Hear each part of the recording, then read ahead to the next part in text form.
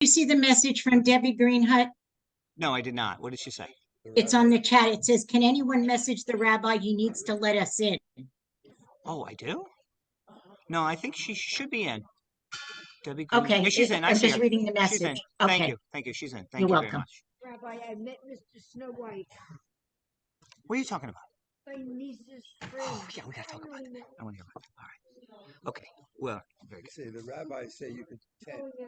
Hi, that's Mr. Snow White. That's 20 cents. Okay, friends, I want to wish everybody a Shabbat Shalom. And once again, I want to thank And you. I can't see it from there. Can I see it? We had our Shabbat service first, and now we're here. I'm running on my usual prompt rabbi time. It's about 8 o'clock, right? Okay, it's on. All right. I Anyway, wonder how loud it is. I wonder if you have your. Somebody is not It's a- muted. Thank you to We the hear Daniel you Pearl talking. Education Please Center mute. for co-sponsoring our event this evening. And actually, Johnny Daniels has a connection. Here's to the my ring alarm, family. He's my gonna be ring speaking alert, about and that, here's What's the last one that's you know, down to the in a few bottom? moments. not that. Oh, Once that's again, Somebody is not that's on not what I'm mute. talking- Please that's like, mute. We hear you if I'm talking. talking, Please if I'm, mute. How do you mute everybody? if I have the Excuse my me. games to make Can noise, you or if I mute have the people, please? I'll talk to you later. Anyway, we are really delighted to have so many members of our congregation and community here in our social hall, and I want to thank you for being here and all of you joining us on Zoom. Thank you very much. And so I want to also thank my wife Marcella. She got the ball rolling on this and said, Eric, this is a great speaker. We have to bring him. So when the boss talks, you know what I do? I say, okay. I said, okay. So I want to invite Marcella now to introduce John.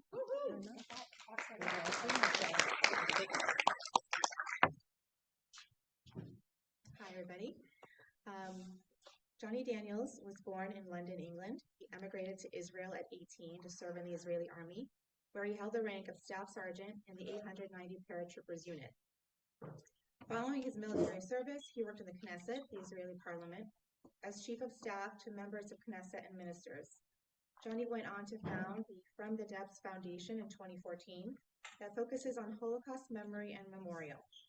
Foundation not only educates about the past, but also works with and supports Holocaust survivors and righteous among the nations. During the war between Russia and Ukraine, Jonny has entered Ukraine 6 times, taking out Holocaust survivors, righteous, and supporting thousands who fled, as well as many who were unable to leave. Jonny is a contributor to multiple international media outlets and is often on CNN, Fox News, Newsmax, and more. Jonny was voted by the Allgemeiner newspaper as one of the most 100 influential Jews in the world today. We're very pleased to have Jonny Daniels with us this evening. Please come on up.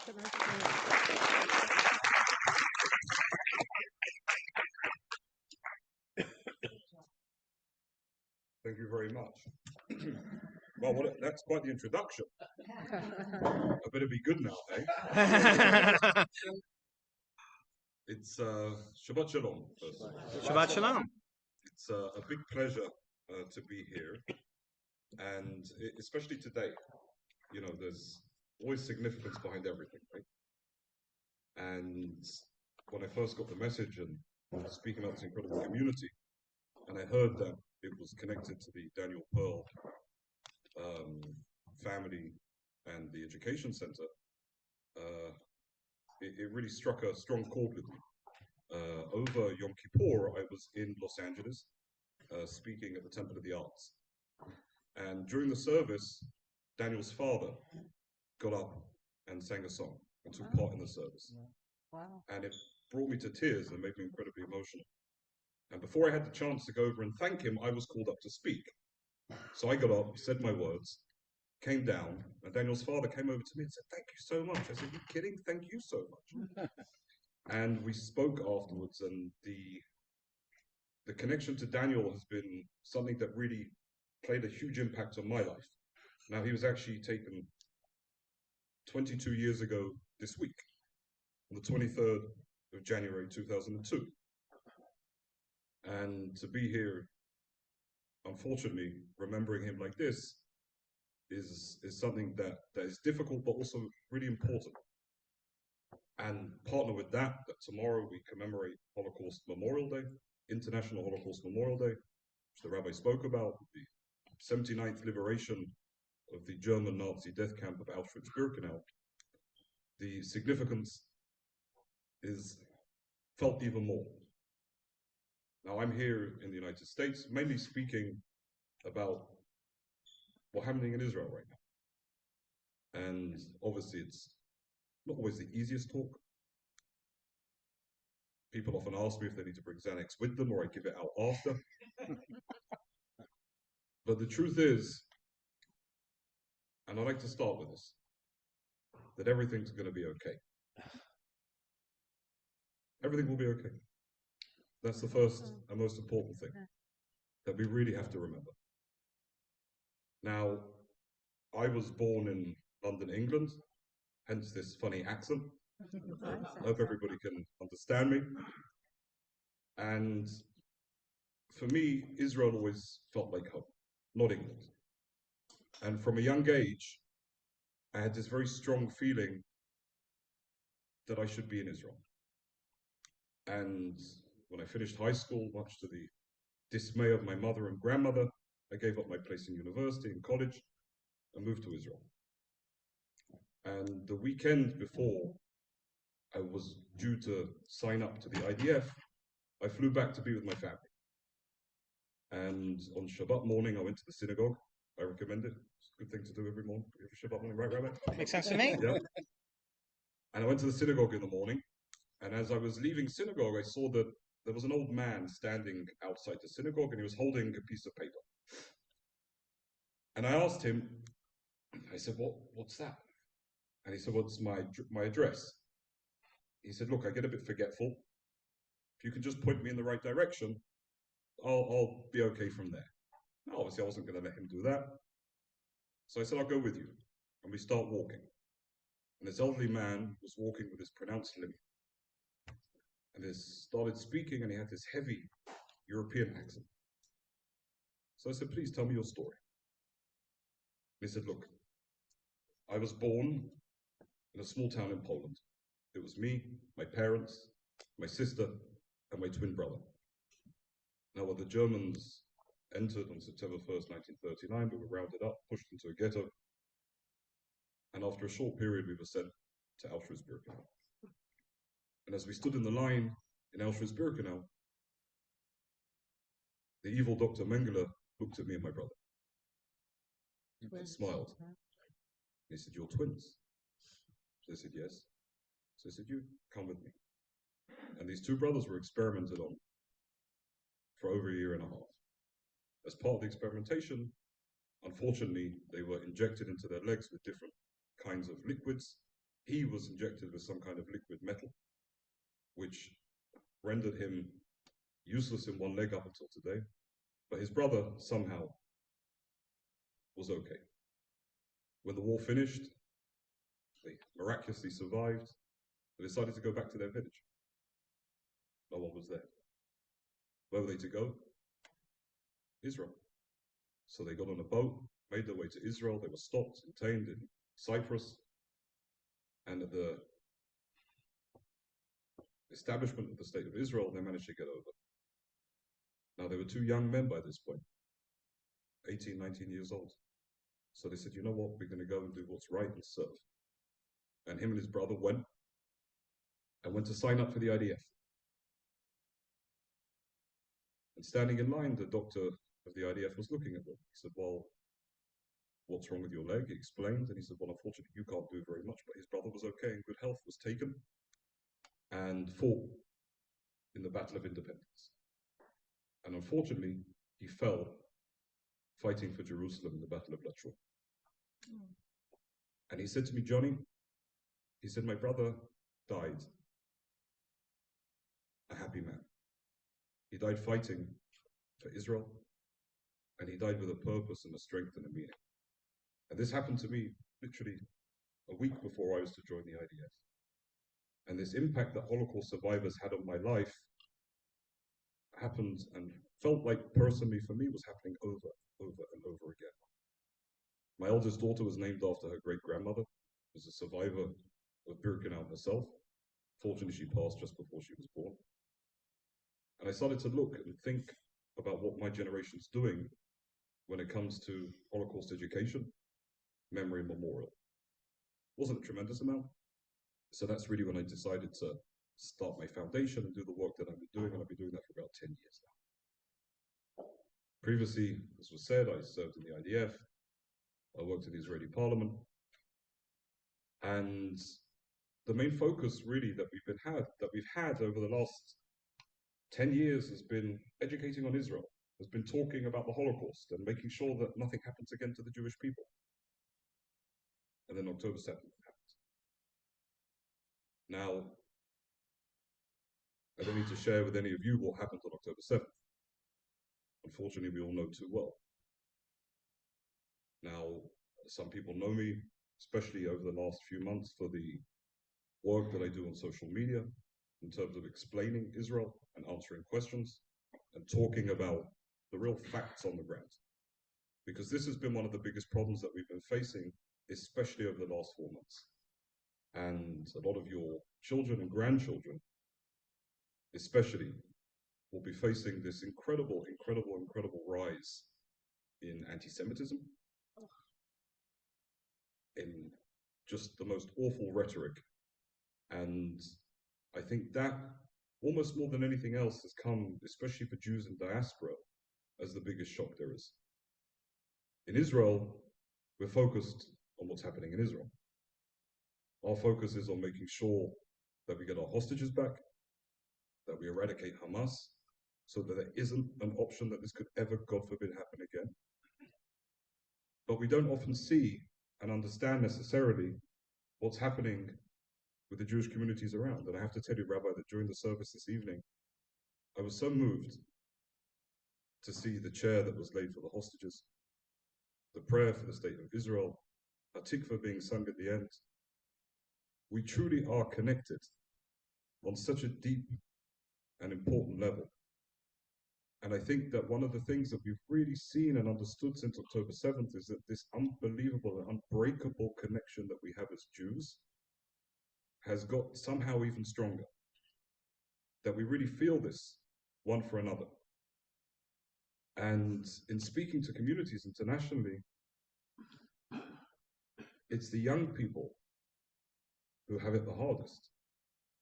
It's a young person who's going to work in London. This literally last week, a friend reached out to me on social media and she said, Johnny, my company in London's big international companies put up posters all around the workplace and sent out emails that next week they're going to commemorate Palestine Day. And they're going to raise money, and they're going to do this, and they're going to do that for the poor oppressed people of Gaza. And people started tagging her on Slack, on this internal work-based social media platform, saying, bet you're not coming, ha ha ha. And so this girl really was having a very hard time. And the Jewish employees of this company were feeling very unsafe. So they went and they sat with HR. They got to the COO, they got to this one and that one, they got pushed around to everybody, obviously. And at the end, the company decided that they're going to do something about it. So they sent out an email and they said, after pressure, nice way to put it, we decided that we're not going to have Palestine Day. And in addition, we're not going to commemorate Holocaust Memorial Day either. So it's fair for everybody.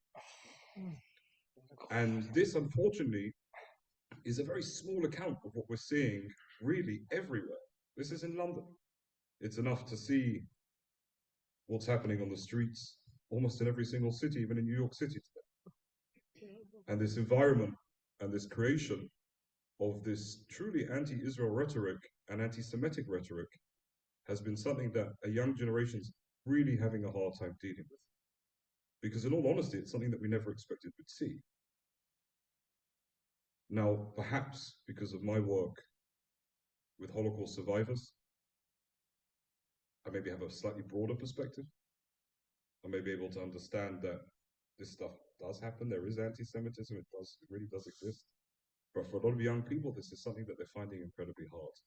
And so a lot of the focus of the work that we've been doing with my foundation has been on really talking about facts of what's happening on ground. And so this is a little bit of what I'll be doing now. We'll be going through some of the facts connected to October 7th and what's been going on since then. Because it's important to really understand what's going on. Now, October 7th was a huge surprise for the IDF. It was a colossal mistake in terms of military intelligence and military understanding. There's no great conspiracy theory. It really was just a big mistake, a terrible mistake, but a big mistake. I was talking to someone in line, and Israelis sometimes are known for having a little bit of an ego. Not often, but sometimes. And there was this Israeli ego that said, they're not going to do anything. What can they do? It's fine. They're concentrated on doing what they're doing. It will be okay. Don't worry about it. And we underestimated our enemy, unfortunately, and paid a terrible, terrible price for it. The Nukba fighters, these terrorists that went in on behalf of Hamas, which were only half of the terrorists that entered on October 7th, were literally told 20, 30 minutes beforehand. There was a very small group of Hamas leadership that knew about what was happening. Obviously, all of this information we've understood afterwards as a result of capturing terrorists and information and so on and so forth. And what we saw that on October 7th was that these people, these terrorists, were actually woken up in the morning and said, right, you're going now. Some of them were on drugs. We know that as well.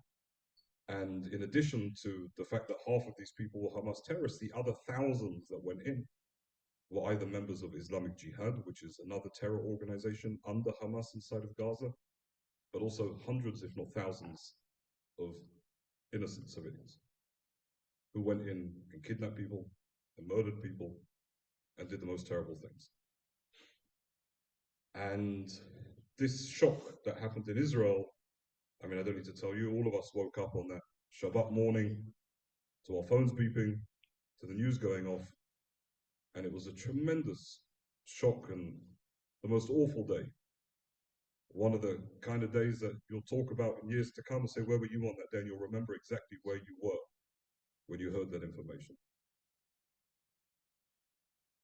Now, since October 7th, obviously the army very quickly was able to put itself back together.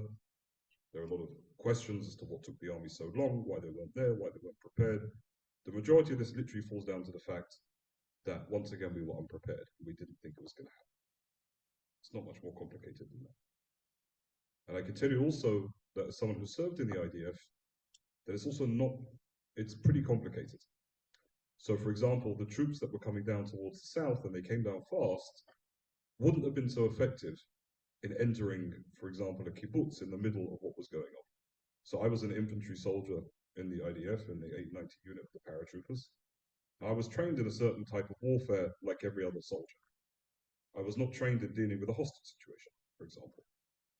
And this is what was going on October 7th. So had I been thrown into that situation, I probably wouldn't have been as effective as I should have been. In fact, I probably would have caused more problems than done good. So this is also what stopped the IDF from entering as quickly as they wanted to.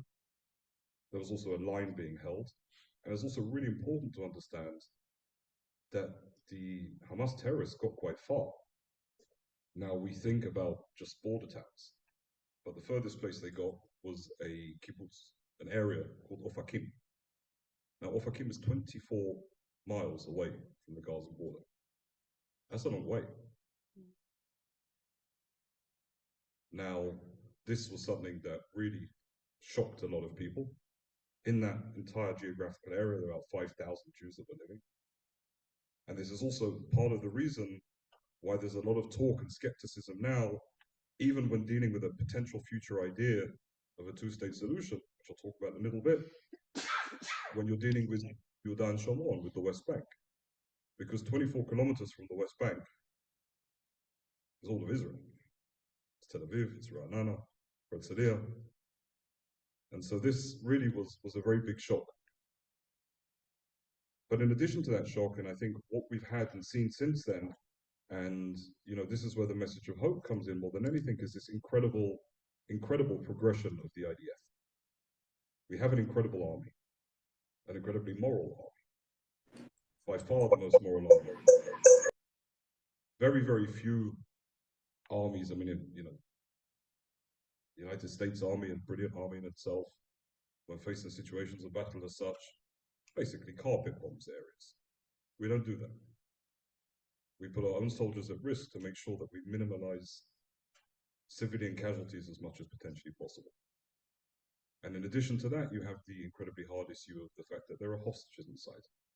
So the battle is slow, but concise.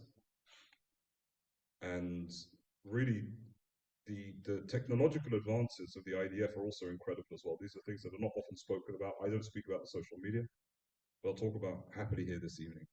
So I don't know if any of you would have heard of something called a sponge bomb. So a sponge bomb is a non-lethal bomb created by the IDF over the last few years.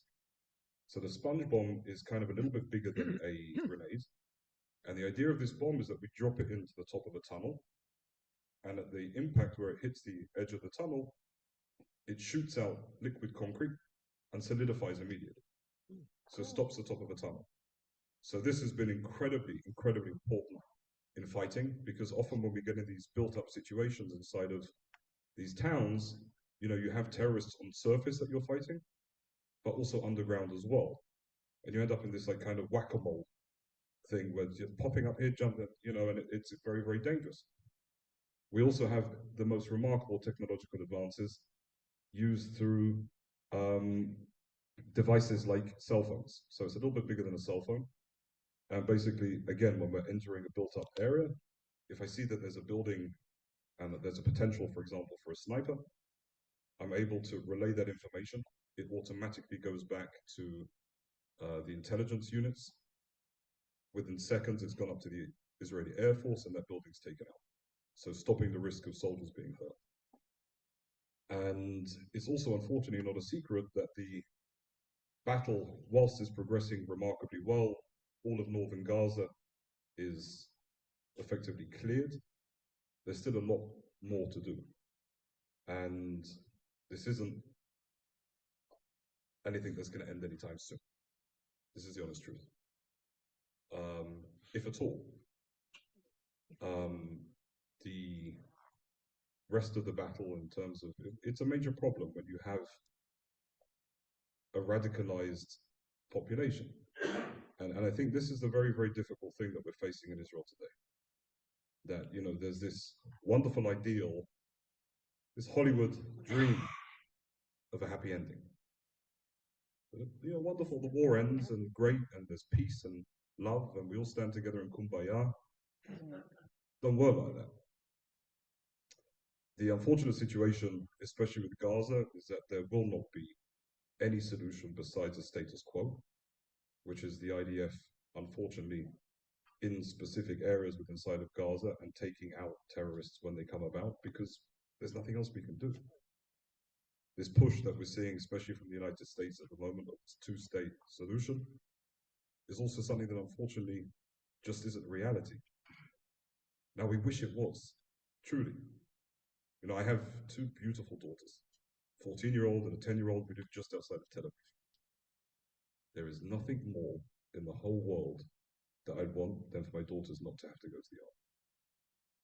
There's nothing more that all of us that would want than peace. Every time we've had the opportunity, we've jumped at it. Menachem Begin famously, with Sadat, many of you in this room will remember those days. Who would have thought Israel would have peace with Egypt, right? Every war was Egypt. Egypt were attacking us, Egypt were doing this, and suddenly, peace. A peace which has stood until today, and still stands quite strong. So whilst, please God, there will be hope in the future, unfortunately there isn't right now. Now, what we see, obviously, there's no talk of any kind of peace with Hamas, clearly. So people look towards what's known as the West Bank, Judea and Samaria, and look as a potential peace partner to the Palestinian Authority, to Abbas, who's in, I think, his, 15th year of a 2-year election. Abbas, who literally has a degree in Holocaust denial. They polled the Palestinian population in Judea and Samaria, in the West Bank, after October 7th. And 80% said that they'd vote for Hamas. And 6% said they'd vote for the Palestinian Authority. The Palestinian Authority, once again, the same Abbas, the same Holocaust denier, they are already paying the Nukba terrorists and their families money for their incredible work on October 7th. This is the Palestinian Authority. So once again, whilst there's this push on us for a two-state plan, it's also important to realize that unfortunately, there's no partner. And it's something that we hope maybe will be in the future. But if we're being realistic, this is part of the realism and understanding the truth on ground. When we look to the northern border, not much better there. We have tricky neighbors. The situation in Lebanon is really not great at the moment.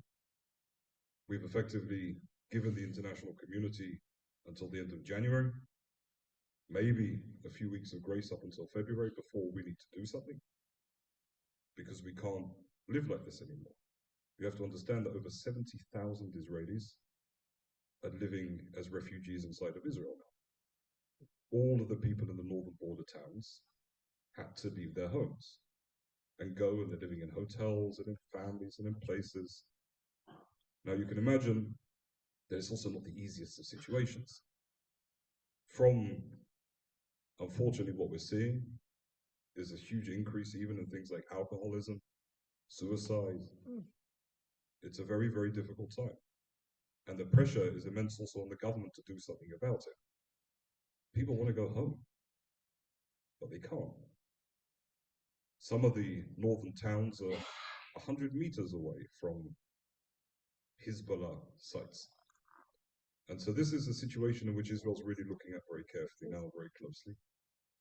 And something that is turning into a bigger issue than unfortunately we want it to be. We've all seen the attacks that are constantly taking place around that area. And Israel will have to step up at some point. There was a very strong push from President Biden that this does not happen. Biden does not want this war. Biden wants this all over quickly on an election.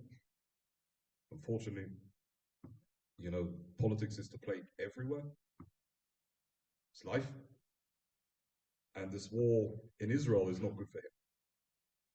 So the push really from the United States is to try and end this as quickly as possible, but it's left us in a tricky position. Because as much as we want it over, of course we do, it's not that simple. Unfortunately, this is also something you won't hear in the media, but we do not have nearly as many munitions as we need. Israel's lacking a lot. This is true for every war, by the way. It's not just specific to Israel, but you can't buy bombs in a shop. They have to be made, they have to be brought in. It's a tricky, tricky process. The munitions that were held in Israel for dozens of years were effectively released over the last year and a half by the United States to Ukraine, which has left us lacking. And the ones that we're attempting to get right now are not always coming in. So far, the munitions that Israel have received from the United States have been almost all defensive, which is important, Iron Dome and so on and so forth, but offensive ones are also important as well. Unfortunately, earlier this week, we saw the tragic, tragic death of 21 Israeli soldiers. A horrendous morning that we all woke up to seeing and reading that news. And that took place simply because we didn't have the munitions that we needed to take it out from air. We're trying to save them because Lebanon. So the soldiers went in and accidents happened, as they do in all situations, unfortunately, and we ended up losing 21 lives. So Israel's now in the process of building their own. And with Lebanon, we don't exactly know what will happen and when it will happen. There's this hope that the international community is able to push Hezbollah and the Lebanese into a position that they take back the 1701 agreements that were made in the United Nations, and they move back to that border and no longer shoot on Israel, but who knows for now. Now, I'll also jump and touch on this situation and the issue with the hostages that we're seeing right now. So as all of you know, there's still 136 hostages, unfortunately, still in Gaza. This evening, Hamas released 136. Unfortunately, this evening, Hamas released a movie with 3 of the hostages, 3 female hostages. Another horrendous part of propaganda. These videos are not spread widely. This was a decision both of the families of the hostages, but also from the state of Israel and from the army, We don't want to play into the propaganda. These are very hard videos to watch. However, it was also proof of life of these 3 hostages. You'll remember that at the end of the last hostage release, Hamas said that they didn't know where any more female hostages were, which is why it was stopped. They do know where they are. They've known the entire time. So unfortunately, it's still being kept. There are talks going on this weekend in Europe between the head of the Mossad, the head of Shabak, Israel's internal security agency, the head of the CIA, the Prime Minister of Qatar, and the head of Egyptian intelligence. And these talks are around a potential new hostage deal, which, please God, will work. However, the terms aren't that easy. So the basic request from Hamas for right now is that before any kind of release, there needs to be a 10 to 14 day complete ceasefire from the IDF. Only then will they start to release. You remember in the previous hostage agreements, there was 1 to 3. So we'd get back 1 hostage and they'd get 3 terrorists. But yeah, these are terrorists. These weren't like normal people sitting in jails for burglary. These were people who had attempted stabbings, attempted bombings. These are bad people. So that number's now changed. It was 1 to 3, it's now 1 to 100. So that's what's being requested. And it's also being requested big intersections. You remember that was 1 each day almost. Now they want at least 1 week in between, where again, ceasefire. So Israel's not in an easy position, right? And it's tremendously hard. The families of the hostages, rightly so, are doing everything they can to release their hostages. Our family's 3rd cousin, Haranya Bonka, is 42 years old. He was taken from the Nova Party. Is my daughter's 3rd cousin. He's being held hostage in Gaza. Every single one of us knows someone, has someone, and it's a tremendously hard time. And the families, understandably, once again, are doing everything they can. We saw videos of them a few days ago storming the Knesset even. It's heartbreaking. But the decision on behalf of the government is equally as hard. Because you're left with such an awful decision. What do you do? Truly, do you give back hostages and then, as a result of such, have a huge ceasefire, pull out soldiers, and then once again risk their lives by putting them in, by making it more difficult to fight? These are very, very difficult decisions. And, you know, this is all being discussed and spoken about literally as we sit here this evening. Now, the other thing that we're seeing also internationally is just general chaos in lots of other places as well. Initially, we saw and heard that the Houthis, these crazy Yemenite dancing men, we saw them and we thought, what's that? They've turned to be a massive problem.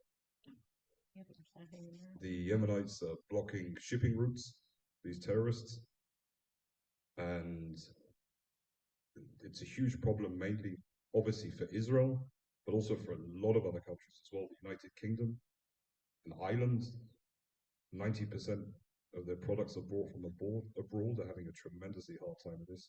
Rishi Sunak, the Prime Minister of the UK, has really really called President Biden into this war. And it's a very difficult battle to face. 36 million citizens live in Yemen, and these Houthi terrorists are basically inside these. It's very, very difficult to face them. But the other part that's also even trickier is that when we look at where the Yemenites, a nation that literally, their people are starving to death, they don't have shoes, but they've got complicated weapons to fire on ships. This is all coming from Iraq. Now, on a regular time, you'd say, okay, we'll do something about Iran. But we've got a bigger problem, that Iran's being propped up by Russia, who are buying a lot of their weapons to fight their unjust and evil war in Ukraine. So deal with Russia. But then you've got China, who are propping up the Russian economy. And the difficulty that we see is really much, much, much broader and complicated than just Israel-Gaza. It's turning into a broader conflict that really Israel's at the center of. The crux of this problem, of this fight, of this battle, tends to be Israel and the Palestinian situation. But once again, and I think that, you know, the important point here, and especially when we look at this connection between the United States and Israel, is that we never forget that it isn't just like a one-way relationship, right? This isn't just Israel saying, oh, please help us, we need your support. Israel is crucial to the United States of America. Crucial. American soldiers are being attacked right now in countries like Syria and Iraq. America doesn't understand Syria. Israel does. Without Israel, America's in a lot worse of a situation as well. So this relationship is a relationship of dual importance. And it's a relationship that I think, thank God, and most importantly, withstands crazy politicians on both sides of the aisle that we're seeing. And it's, you know, very concerning as Israelis, you see the Squad and others standing up for these different things, and it becomes worrying. But I think what we've definitely seen is this incredible broad support from the people of the United States, by far and large. You know, the situation is, it's difficult when you look at college campuses, right? Here in America, you see this kind of skewed view of Gen Z and Harvard and, you know, all these different things. You kind of may get the impression that America is slightly different to what it really is. But the truth is that, and I've definitely seen this from traveling around the United States, that support here is incredible. And the situation here in America is truly, truly much, much better than anywhere else. In Europe, you really don't feel that safe today. In the United Kingdom, the marches in central London, hundreds of thousands of people marching in the streets, and they're not, you know, marching for a ceasefire or for peace. They're marching for something very different. And that's become very, very worrying for British Jewry. France, Germany, Belgium. We're seeing this all around the world.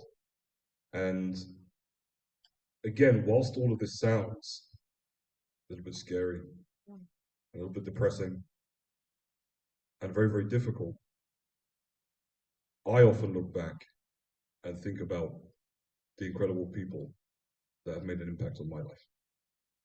And I look at the Holocaust survivors that, especially, and I don't know about your community, but I'm sure as well, many played an incredible part in building the communities that we have here in the United States and we have all around the world.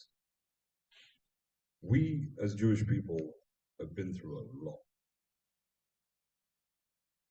An incredible amount. For the Holocaust, it was the pogroms, it was the Inquisitions, it was the blood libels, it was everything you could begin to imagine. And even when we look at the terrible attacks on October 7th, we do have to remember that it was only October 7th.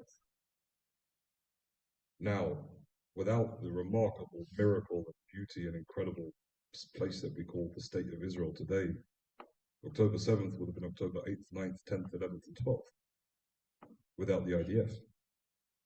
Yes, it happened, but we stopped it. And we're strong today. And there isn't a question that Israel prevails and wins this war. That's obvious. And as Jews, we've seen hard times, but we've always got through them. And we've pushed forward and we've built through them. And I have to tell you that it's difficult even to think of a silver lining at a time like this. Yeah. But when you see communities coming together like they have and continue to do so, I've never seen anything like this before. I spoke earlier this week in Manhattan, and people were shocked. A few people who came to the event were shocked that most of the crowd were in their early 20s. You know, a lot of these Israel talks tends to be a slightly older crowd. 300 people came, almost all of them in their early 20s. People not connected to have an event in a few weeks' time in Montreal. And it turns out that Montreal's most famous burlesque dancer has signed up as well. She's a Jewish girl. And she's, yeah, burlesque dancer in Montreal. She has a Israeli name, and she's felt a lot of anti-Semitism since October 7th, and she's become part of the community. So sure, I told her maybe to try to dress appropriately, but we'll see what happens there. But the truth is that we're seeing this amazing, amazing, amazing togetherness that I don't think we've ever seen before. And this is something that's really, really amazing. Now, I don't know if any of you have been to Israel since October 7th. No? Go. You have a hard time getting a hotel, though. Really? Right now, honestly, and this is also something that's super important to know, is that the situation in Israel is good. Thank God the security situation is better than it was before. Obviously, we're fighting, and it's not an easy fight.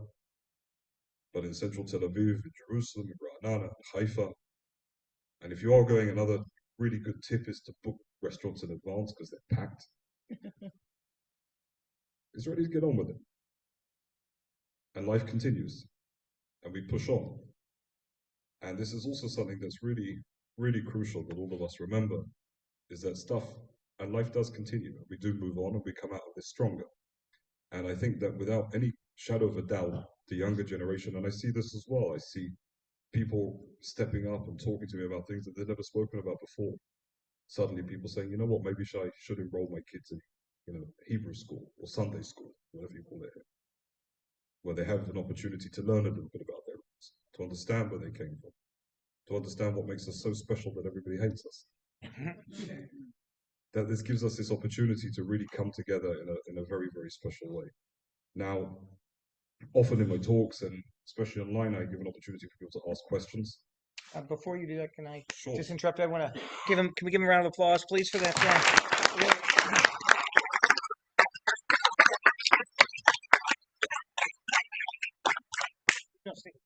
We want to, Johnny, thank you very much for those insightful words. I learned a lot this evening, and I know we'll have lots of questions. I did want to just let you know briefly something that's happening here in our township.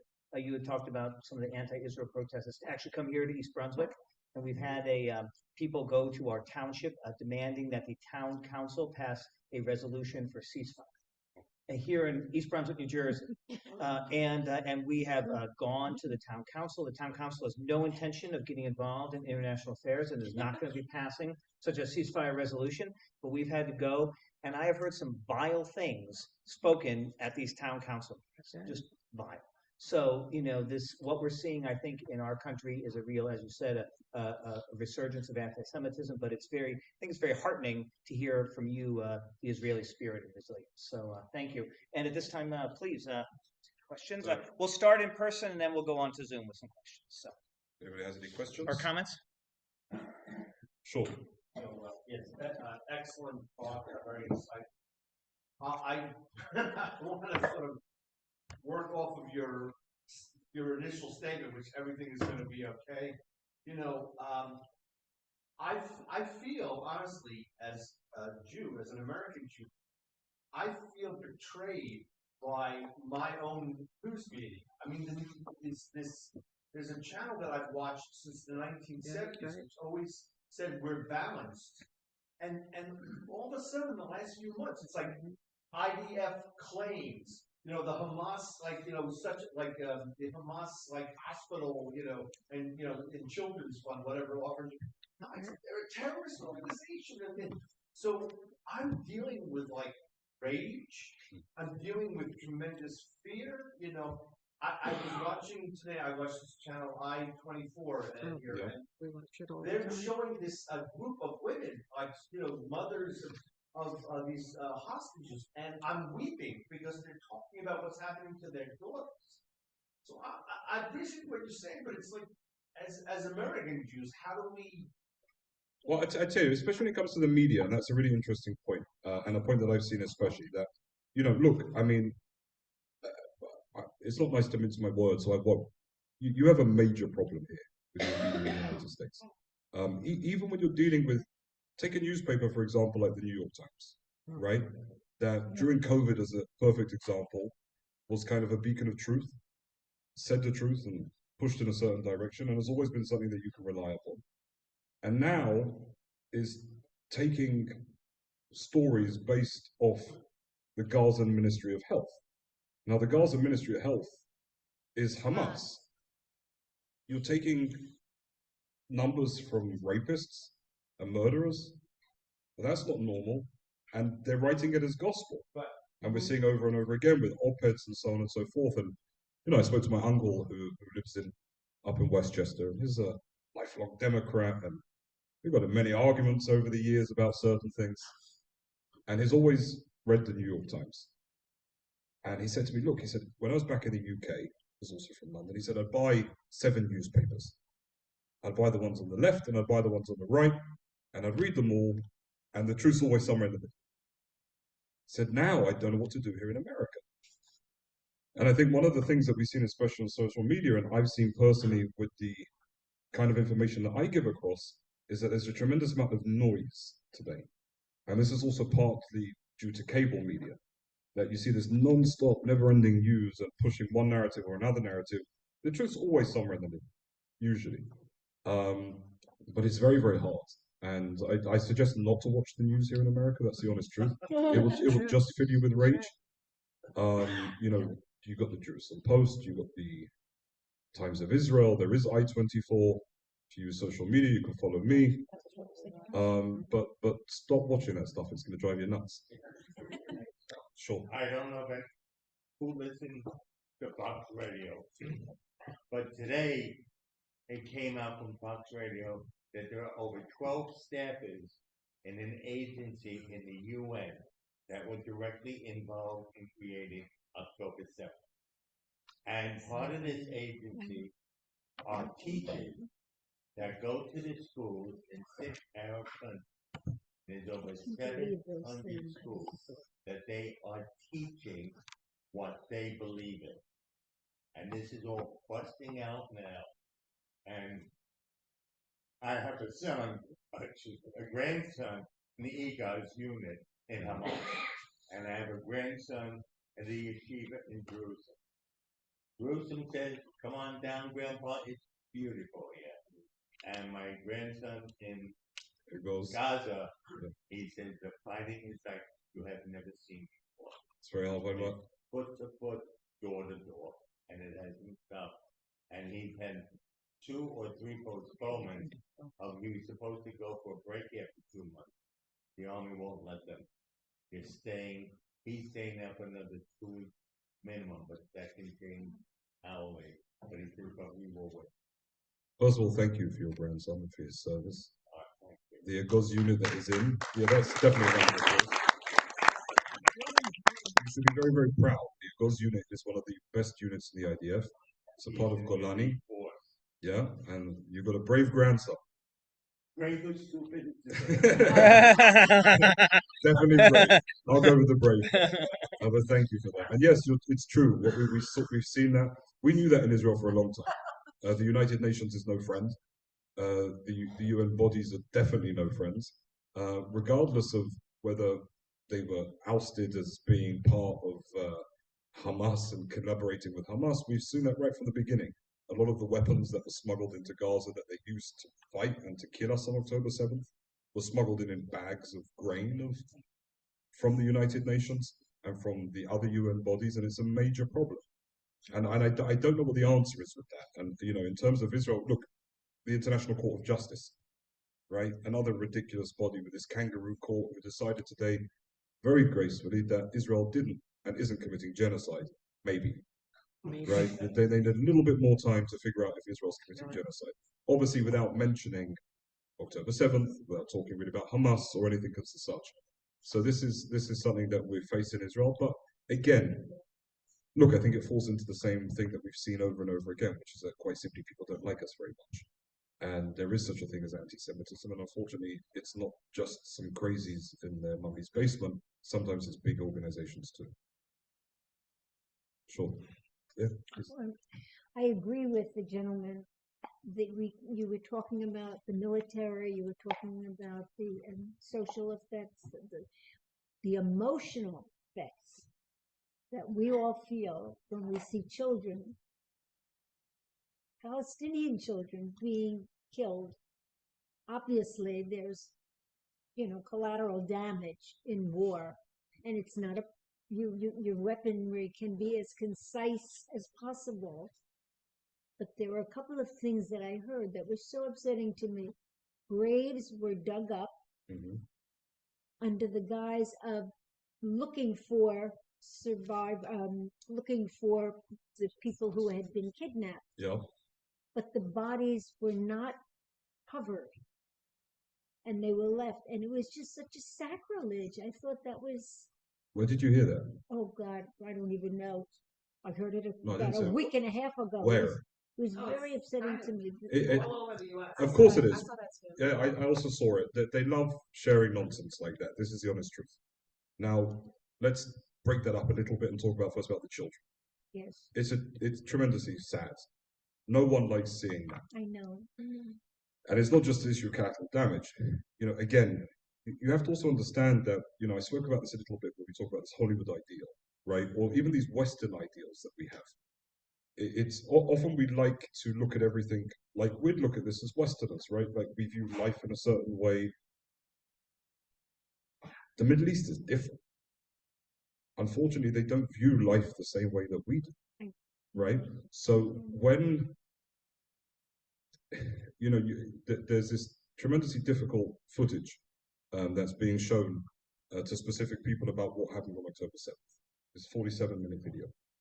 And as part of that footage, one of the scenes is of a Hamas fighter, terrorist, who's just massacred a Jewish family, calling his parents.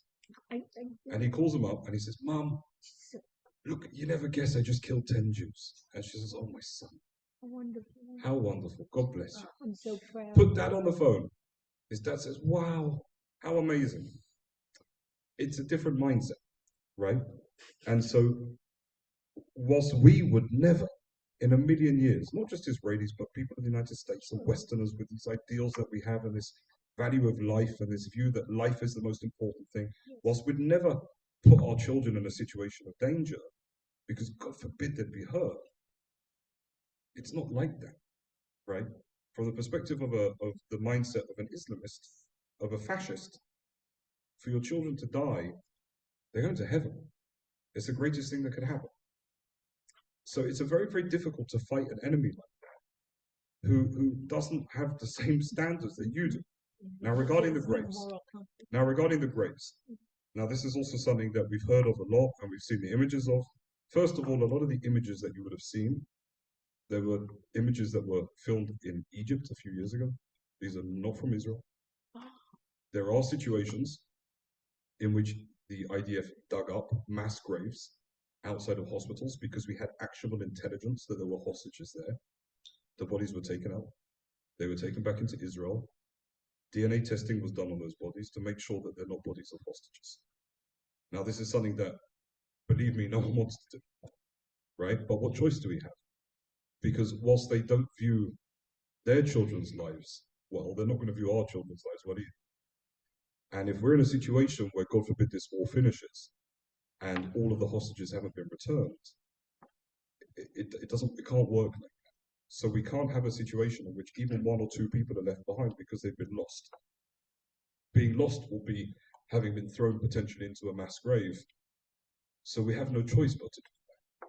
There's no, the same stories we're talking about Israeli harvesting organs. Now, I don't know. I'm certain that we have doctors in the room. It's a Jewish crowd. But as anyone will tell you, that even, for example, with things like organs, you'll know that to use an organ, to have an organ transplant, the person needs to be alive, right? You can't dig up a body a week later and then use its heart. It doesn't work like that. Like, there's no benefit in us chopping up it's so obscene. But these were the same stories that were going around. It's the same part of the propaganda, and you'll see other stuff as well. And whilst it sounds all very bad, there's almost always a reason and an answer behind it. So there was no desecration of bodies. The IDF doesn't do that. We don't do that. We have no interest in that. It's the same, for example, that if you haven't heard of it, you will hear of it. When the New York Times article came out talking about the sexual crimes on October 7th and the issues of rape, suddenly all these women's organizations and women's rights organizations said, believe every woman. unless Yeah. they're a Jew, right? Then we'll question them. So all of these organizations who refused to believe a Jewish woman after the New York Times article came out, all suddenly said, well, okay, maybe, right? But what we saw almost exactly the same day was the same Gazan Ministry of Health come out with a report about IDF soldiers raping women in Gaza, which is completely false. It literally couldn't happen. If a soldier was caught doing anything like that, it would be front page news in Israel. Forget about it. Not going to happen. Absolutely no chance. So suddenly the Gaza Ministry of Health are talking about widespread problem of Israeli soldiers raping. Again, absolute lies. Why did they do such a thing? Good propaganda. Of course. Now, when you lie, you don't need proof, right? So then the New York Times comes out, and then all these women's organizations, they can say it because they'll say, it's terrible what happened on October 7th, but we're also very concerned about what the Israeli soldiers are doing inside of Gaza, right? So again, you have to really look out for things like propaganda and understand when it's not true. And also sometimes it's just to use common sense, because truly, what good would there be for us to dig up dead bodies? It doesn't make sense. When it doesn't make sense, it's usually not true. One of the biggest problems that I'm sure other people have here too is we feel as though we can't do anything. We feel helpless to be able to help out in Israel. What action can we take as a community through campaigns with the local, state, and national politicians, organizations? What would you recommend that we do to bring the voice of Israel back? Well, first of all, thank you. Can I say one thing? Sure. I spoke to my grandson 2 months ago, month and a half ago, and he said, Grandpa, we could use money here if we don't have warm enough clothing for the winter.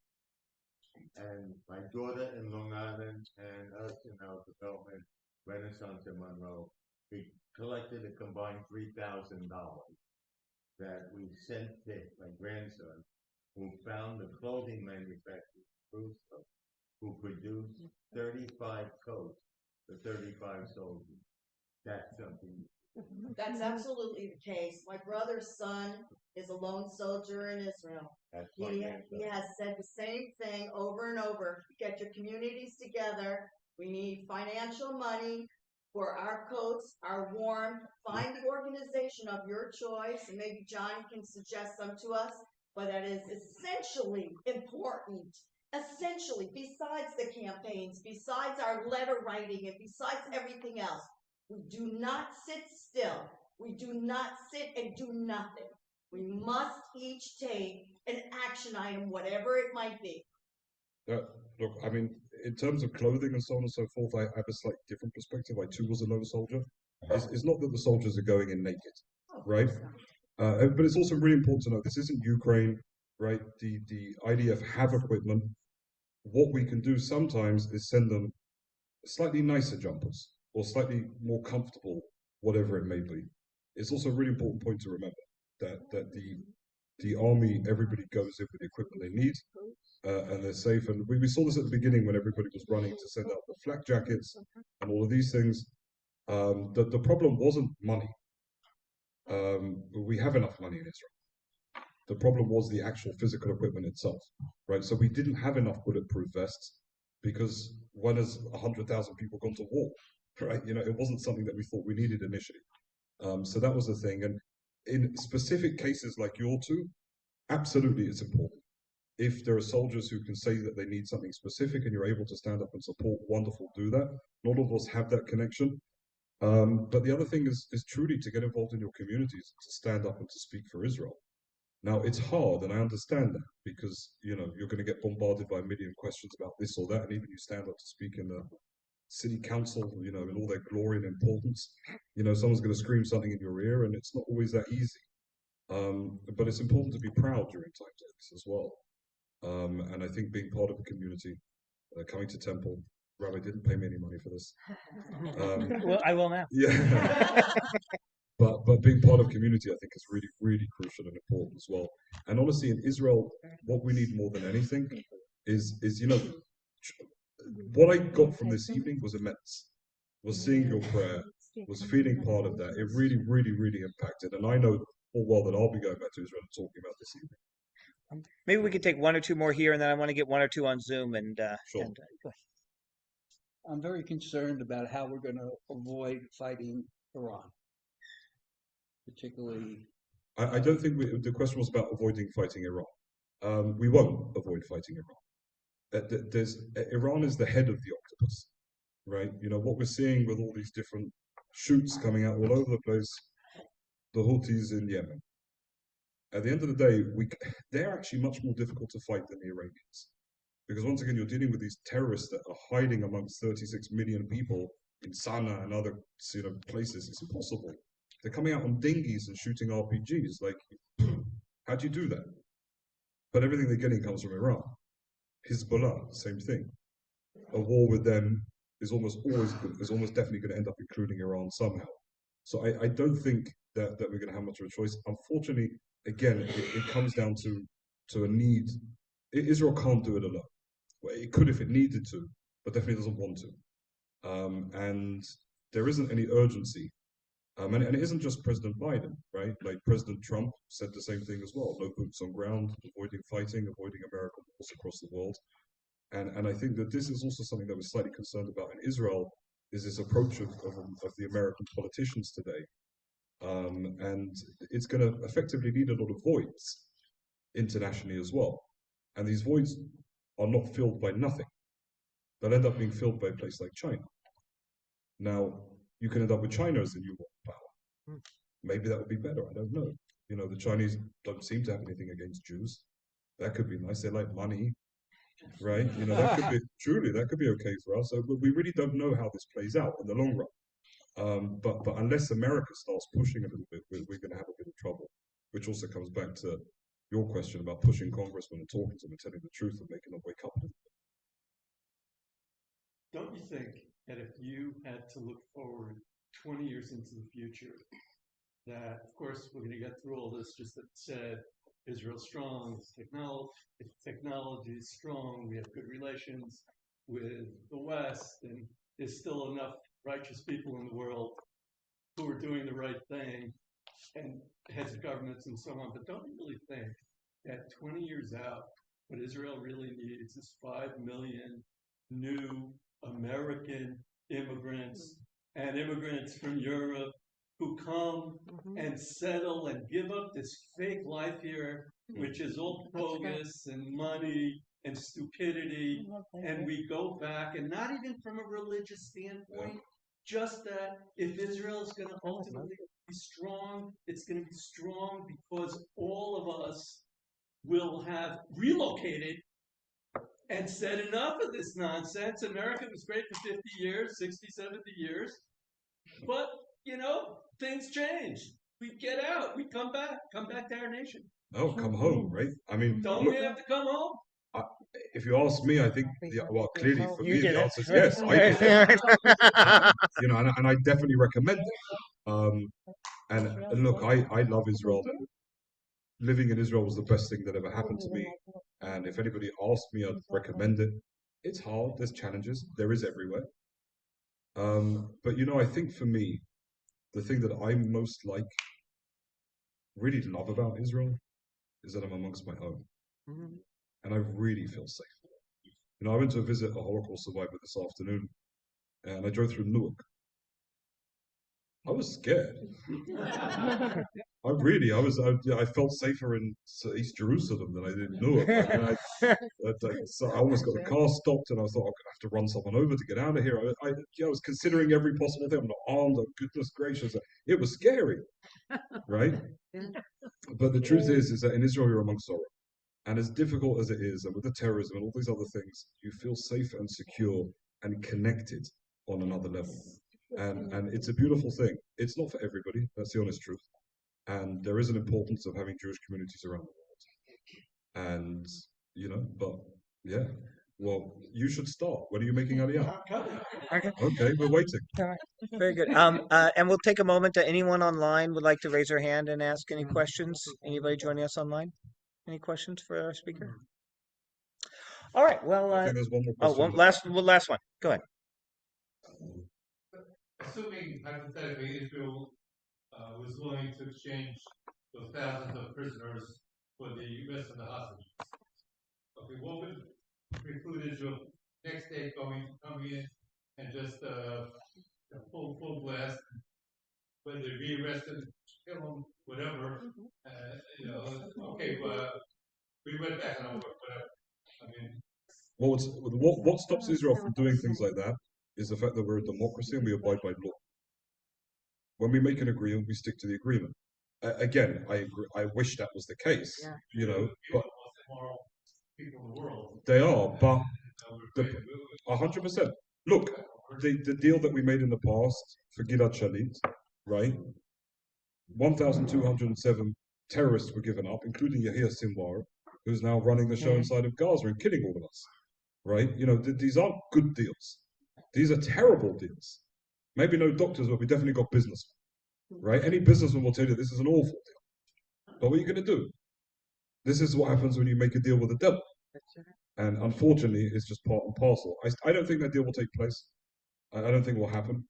We're pushing very, very hard in places like Khan Yunis. The army's getting much, much closer to Sinwar and others. And I don't think we're going to see a hostage deal anytime soon. I think on behalf of Hamas, there's no benefit in them doing so, really. Why? It's the only cards they have. The second they give that up, they're done. So why do it? You know, they're just biding for time. And people are running around listening to them. Thank you. Thank you all very much.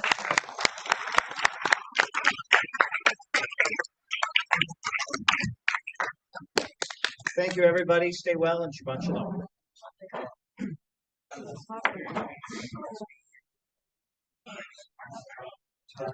My wife was right.